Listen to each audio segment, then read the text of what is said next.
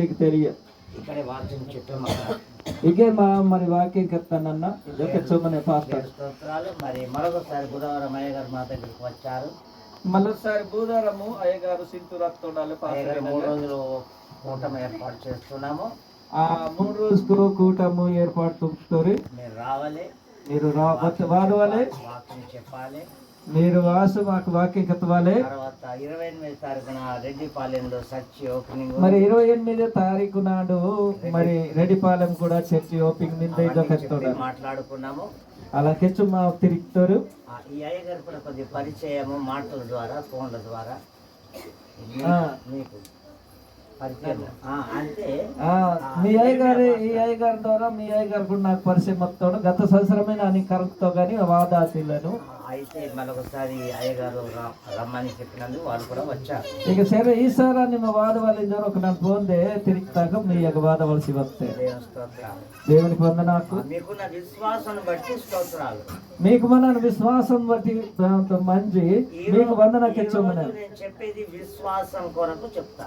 ఈ రోజు కెతనన్ బాధితుకు మన విశ్వాసం ఎదురుడు దాని గురించి విశ్వాసం లేకుండా దేవునికి ఇష్టడై ఉండటం అసత్యము. విశ్వాసం ఇల్లకుండా దేవునికి ఇష్టంగా మనటము దేవునికి అసత్యమల్లే. ఇందాక అయ్యగారు చెప్పారు విశ్వాసం అన్నటువంటిది సూర్యుడికి మనం చూడలేము. మరి విశ్వాసం పొడిదిని మన ఊడాలి అటువంటి ఎన్నో రెట్ల అలాంటి దానికన్నా బెచ్చుకో మరి మనని ఆ దేవుని యొక్క ప్రేమ తిని మరి చూడలేము ఆయన్ని మనము.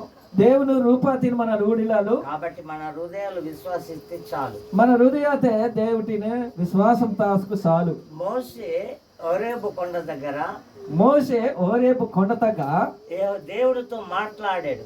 అవును, దేవుడితో తిరుగుతాడు కానీ ముఖం చూడలేకపోయాడు. అతుకు మొక్కతి ఊడిలో చూడలేకపోయాడు. అవును ఊడిలో.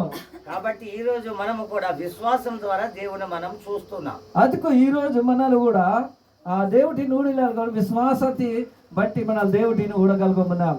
మా పరిశుద్ధ గ్రంథం ఉన్న వారు చదివితే మీ ఒడయలోనైనా బైబిల్ ఉంటే చదవండి. ఆ మత్తయి సువార్త 9వ అధ్యాయము. పరిశుద్ధమైన గ్రంథాతే మత్తయి సువార్త 9వ వచనాతే మరి మీ ఒడియలో చదవాటి.